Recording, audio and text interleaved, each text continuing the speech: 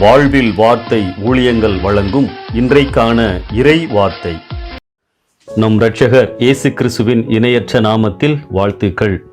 என்றைக்கு நாம் மனம் திரும்புதலின் அனுபவத்தை பெற்று கர்த்தருடைய பிள்ளைகளாக மாறி இருக்கிறோமோ அப்பொழுதே ஆண்டவரின் பிரசன்னம் நமக்குள் வந்து விடுகின்றது. யோவான் 1 அதிகாரம் 12 வசனத்தின்படி இயேசுவை சொந்த இரட்சகராக ஏற்றுக்கொள்ளும் போது நாம் அவருடைய சொந்த பிள்ளைகளாகிறோம். நம் தேவைகளை நாமே இயேசுவின் நாமத்தில் பிதாவிடம் கேட்கும் ஸ்லாக்கியத்தையும் உரிமையையும் பெற்றிருக்கிறோம். பிற ஊழியர்கள் நமக்காக ஜெபிக்க வேண்டிய அவசியமில்லை. விசுவாச வாழ்வின் ஆரம்ப நிலையில் ஜெப ஒத்தாசைக்காக பிறரின் ஜெபங்கள் தேவைப்படலாம், தவறில்லைதான். பிற மதத்தவர்கள் அவர்கள் நம்பிக்கையின்படி இறை அருளை பெற புண்ணிய ஸ்தலங்களுக்கு செல்கின்றனர்.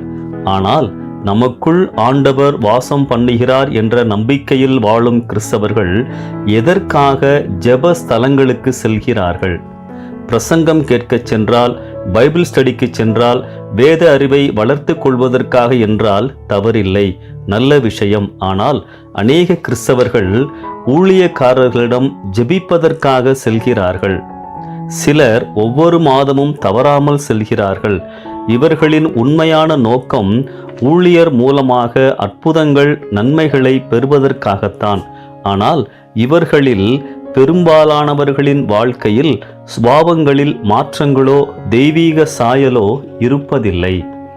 இந்த கூட்டங்களை நடத்தும் ஊழியர்கள் மீது இவர்கள் வைக்கும் விசுவாசத்தை ஆண்டவர் மீது இவர்கள் வைப்பதில்லை. ஆண்டவரை நம்பினால் இவ்வளவு தூரம் பயணம் செய்ய வேண்டியதில்லையே. நாம் இருக்கும் இடத்தில் ஜெபித்தால் ஆண்டவர் அந்த ஜெபத்தை கேட்பார் என்ற நம்பிக்கை ஏன் இவர்களுக்கு இல்லை? கிறிஸ்துவை அறியாதவர்களும் பிற மதத்தை சேர்ந்தவர்களும் கூட இந்த கூட்டங்களில் கலந்து கொள்கின்றார்கள். பல வருட அனுபவமுள்ள கிறிஸ்தவர்களும் இந்த கூட்டங்களில் கலந்து கொள்கின்றார்கள். அப்படியென்றால் இவர்களெல்லாம் பெயர் கிறிஸ்தவர்களா என்ற சந்தேகம் எழுகின்றது. இதுபோன்ற ஜெபஸ்தலங்கள் என்று சொல்லப்படும் இடங்களுக்கு வந்து வேண்டுதல் செய்தால்தான் இயேசு கிறிஸ்து விசேஷமாக நன்மை செய்வார் என்று வேதாகமத்தில் எங்கும் சொல்லப்படவில்லையே. உண்மையான கிறிஸ்தவர்கள் கிறிஸ்து எனக்குள் இருக்கிறார் என ஆழமாக, உறுதியாக நம்புவார்கள். நாங்கள் கிறிஸ்துவை அறிந்தவர்கள் என்றும் கூறிக்கொள்கிறவர்கள் ஆசீர்வாதம், நன்மை, அற்புதம் என எதையாவது தேடி இதுபோன்ற இடங்களுக்கு சென்றால் இது கேள்விக்குரிய விஷயம்.